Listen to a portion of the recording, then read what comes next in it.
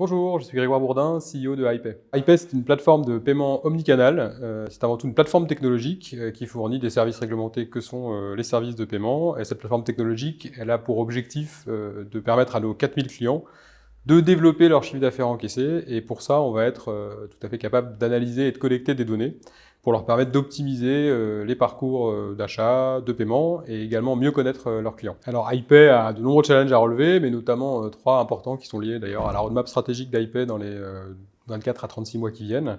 Tout d'abord l'omnicanal qui reste un élément cœur de la stratégie d'iPay, stratégie produit notamment, parce qu'iPay est issu du digital, issu du e-commerce et aujourd'hui pour apporter toujours plus de valeur ajoutée à ses clients, d'ailleurs des clients enseignes de distribution comme The Couples, Sandro, un certain nombre de distributeurs de ce type qui ont une activité online assez développée, sur lesquels on les a beaucoup aidés et on a apporté notre plateforme et ses fonctionnalités.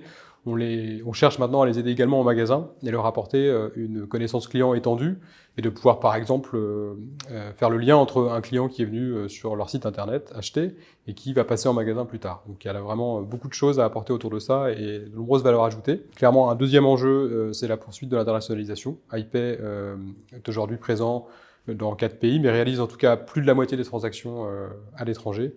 Et donc il faut qu'on continue ce développement, soit avec des bureaux présence physique dans des nouveaux pays, soit tout simplement également avec notre force commerciale qui, depuis la France, va chercher des clients à l'international. Autre enjeu, l'évolution de la réglementation et ses conséquences assez larges, mais notamment techniques, avec l'arrivée de la DSP2, la deuxième directive sur les services de paiement émise par l'Union européenne et qui va être en vigueur, là, qui commence aujourd'hui avec une période de transition de 18 mois. Et cette directive, à la fois, impose de nouvelles règles qu'il faut qu'on puisse intégrer et qu'il faut notamment qu'on intègre au niveau de la plateforme technique et également qu'on s'adapte et qu'on mette en place les modifications liées aux pages de paiement, au 3DS V2 et à un certain nombre de choses. Donc ça, c'est quelque chose d'important et assez complexe puisque à la fois la réglementation, elle est claire, elle est publique.